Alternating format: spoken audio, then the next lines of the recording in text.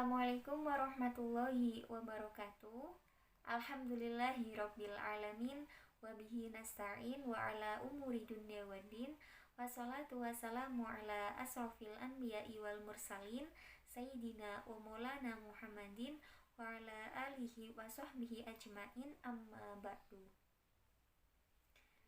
Yang terhormat Bapak Haris Ulinuha, SPDI MPD, selaku dosen pembimbing mata kuliah pengembangan kurikulum, dan yang berbahagia teman-teman semuanya.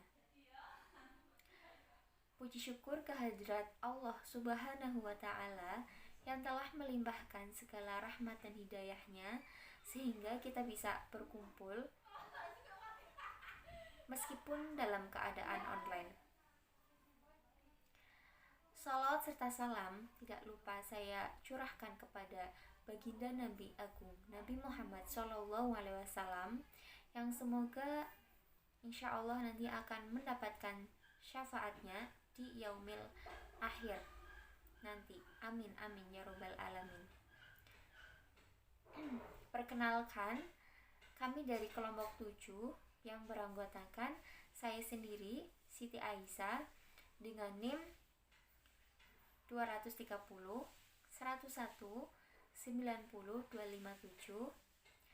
dan dua teman saya yaitu Umi Khairiyah dengan NIM 230 101 90 259, dan Fakhratun Nafacah dengan NIM 230 101 90 305. Kelompok 7 ini akan menjelaskan dan memaparkan makalah tentang pengembangan kurikulum. Langsung saja saya akan menjelaskan sedikit dari pemaparan pengertian pengembangan kurikulum.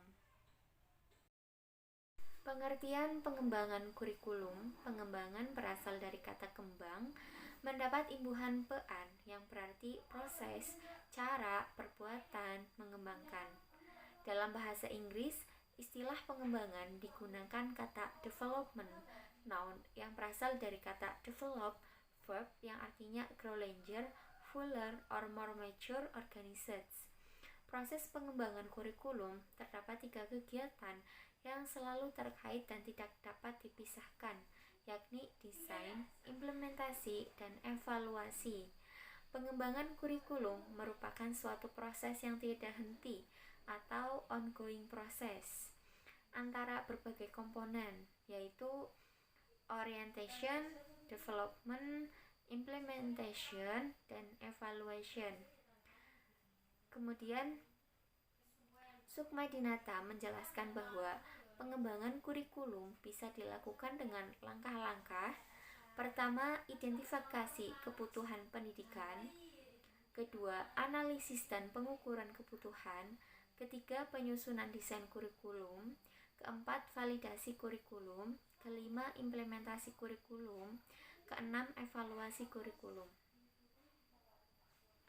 Dalam konteks Indonesia, para pengembang ide kurikulum setelah 2004 tetap dilakukan oleh sejumlah kecil para ahli di tingkat nasional. Tetapi pengembang dokumen kurikulum dan pelaksana kurikulum adalah sama, yaitu para guru, kepala sekolah, bahkan komite sekolah. Selanjutnya, materi akan disampaikan oleh teman saya. Terima kasih. Baik, di sini saya akan menjelaskan mengenai faktor yang mempengaruhi pengembangan kurikulum. Di sini ada tiga faktor utama yang mempengaruhi pengembangan kurikulum. Yang pertama yaitu perguruan tinggi. Perguruan tinggi sendiri memiliki dua pengaruh terhadap pengembangan kurikulum sekolah. Yang pertama yaitu dari segi pengembangan ilmu pengetahuan dan teknologi yang dikembangkan di perguruan tinggi umum. Pengetahuan dan teknologi banyak memberikan sumbangan bagi isi kurikulum serta proses pembelajaran. Jenis pengetahuan yang dikembangkan di perguruan tinggi nantinya akan mempengaruhi isi pelajaran yang akan dikembangkan di dalam kurikulum. Perkembangan teknologi selain menjadi menjadi isi kurikulum juga mendukung pengembangan alat bantu dan media pendidikan. Yang kedua yaitu dari segi pengembangan ilmu pengetahuan, ilmu pendidikan dan keguruan serta penyiapan guru-guru lembaga pendidikan tenaga kependidikan LPTK seperti IKIP, FKIP, dan STKIP. Lembaga kurikulum pendidikan tenaga kependidikan juga nantinya akan mempengaruhi pengembangan kurikulum, terutama melalui penguasaan ilmu dan kemampuan keguruan dari guru-guru yang dihasilkannya. Yang kedua yaitu masyarakat. Sekolah itu merupakan bagian dari masyarakat yang bertugas mempersiapkan anak didiknya untuk hidup secara bermartabat di masyarakat. Nah, sebagai bagian dari agen masyarakat, sekolah itu sangat dipengaruhi oleh lingkungan masyarakat di sekitarnya. Isi kurikulum hendaknya harus mencerminkan kondisi masyarakat penggunanya serta memenuhi kebutuhan dan tuntunan mereka. Yang terakhir yaitu sistem nilai. Nah, dalam kehidupan bermasyarakat terdapat sistem nilai, baik itu nilai moral, keagamaan, sosial, budaya maupun politis. Sekolah sebagai lembaga masyarakat juga bertanggung jawab dalam pemeliharaan dan pewarisan nilai positif yang tumbuh di masyarakat.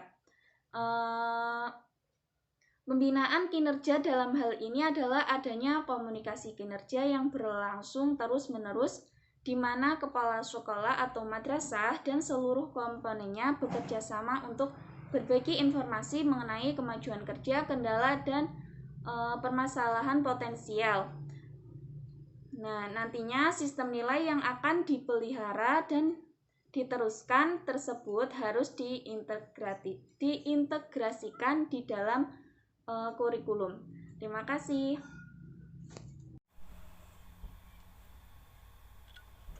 Untuk materi selanjutnya yaitu pembahasan mengenai prinsip dasar pengembangan kurikulum. Sukadinata membagi prinsip pengembangan kurikulum menjadi dua kelompok, yakni prinsip umum dan prinsip khusus. Prinsip umum dimaknai sebagai prinsip yang harus diperhatikan untuk dimiliki oleh kurikulum sebagai totalitas dari gabungan komponen-komponen yang membangunnya. Adapun penjabaran prinsip-prinsip umum ialah yang pertama ada prinsip relevansi. Relevansi memiliki makna sesuai atau serasi.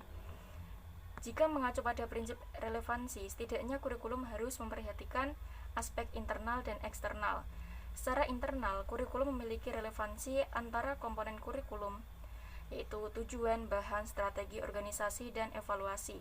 Sedangkan secara eksternal, komponen itu memiliki relevansi dengan tuntutan sains dan teknologi, tuntutan dan potensi siswa, serta tuntutan dan kebutuhan pengembangan masyarakat. Yang kedua ada prinsip fleksibilitas. Dalam prinsip fleksibilitas ini dimaksudkan bahwa kurikulum harus memiliki fleksibilitas.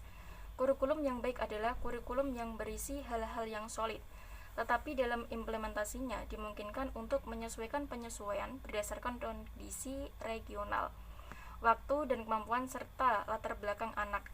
Kurikulum ini mempersiapkan anak-anak untuk saat ini dan untuk masa depan. Yang ketiga ada prinsip kontinuitas. Makna kontinuitas di sini adalah berhubungan, yaitu adanya nilai keterkaitan antara kurikulum dari berbagai tingkat pendidikan, sehingga tidak terjadi pengulangan bahan pengajaran yang berakibat jenuh atau membosankan, baik yang mengajarkan maupun yang belajar.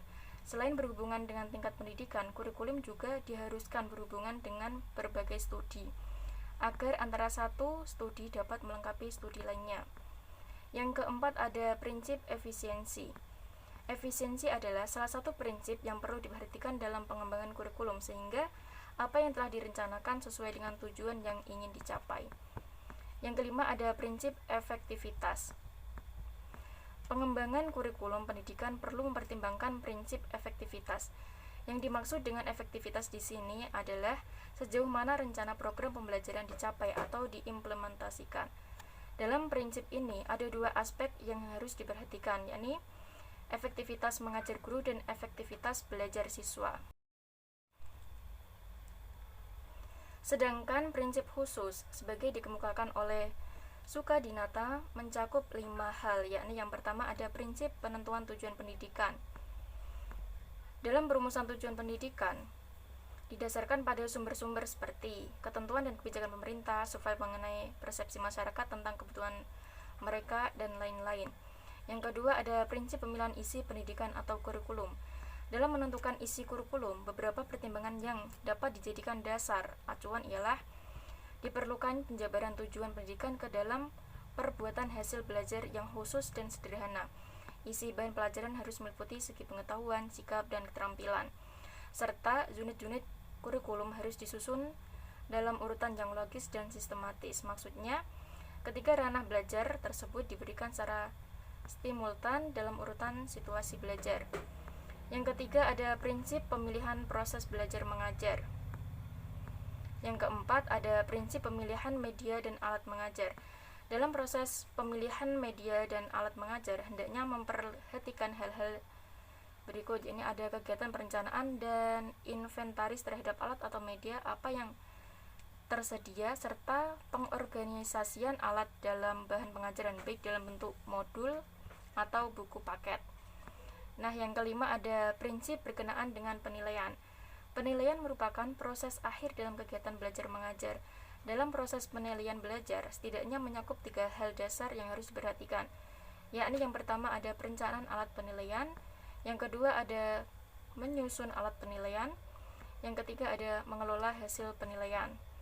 Prinsip yang perlu diperhatikan ialah norma penilaian yang digunakan dalam pengelolaan hasil tes serta penggunaan skor standar. Sekian dari saya, kurang lebihnya minta maaf. Wassalamualaikum warahmatullahi wabarakatuh.